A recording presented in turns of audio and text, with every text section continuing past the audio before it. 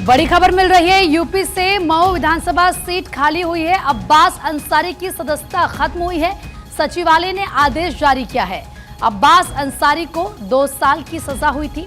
MP MLA court ने सजा सुनाई थी और अब क्योंकि थोड़ी देर पहले हम आपको बता रहे थे कि ये सीट खाली होगी और देखिए फिलहाल जो मऊ विधानसभा सीट है ये खाली हो गई है क्योंकि अब्बास अंसारी को सजा हुई है।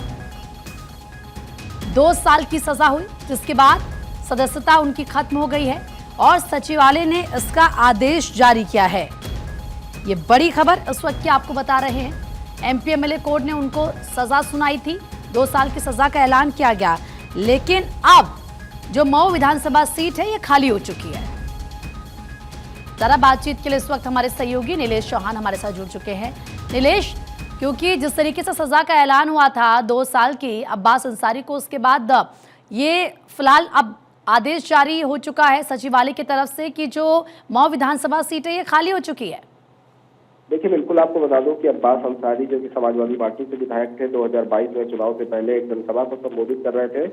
उस दौरान इन्होंने अपने भाषण में कहा था कि सरकार आते ही भैया से बात हुई है कि 6 महीने किसी भी अधिकारी का ट्रांसफर पोस्टिंग नहीं होगा और सीधा जो है उससे बातचीत की जाएगी। जिसके बाद एक एफआईआर दर्ज कराई गई थी जिसमें साफ तौर पे अधिकारियों को धमकाने, दबाव बनाने और सरकारी काम में बाधा डालने जैसे ही धाराओं में मुकदमा दर्ज हुआ था। लगातार कोर्ट में सुनवाई चल रही थी। कोर्ट ने अपना फैसला सुनाया जिसमें अब्बास अंसारी को दोषी पाया गया है और 2 साल की सजा सुनाई गई है। प्रावधान के अनुसार 2 साल की सजा अगर किसी भी जनप्रतिनिधि को होती है तो ऐसे में उसकी सदस्यता रद्द हो जाती है। तो कहीं ना कहीं उसके बाद जो है मऊ की जो विधानसभा सीट है वो खाली हो जाएगी। वहां पर चुनाव हो सकता है क्योंकि 2026 की अगर बात करें तो 2026 में उत्तर प्रदेश में पंचायती चुनाव है और 26 के ठीक बाद 27 में विधानसभा चुनाव होने हैं।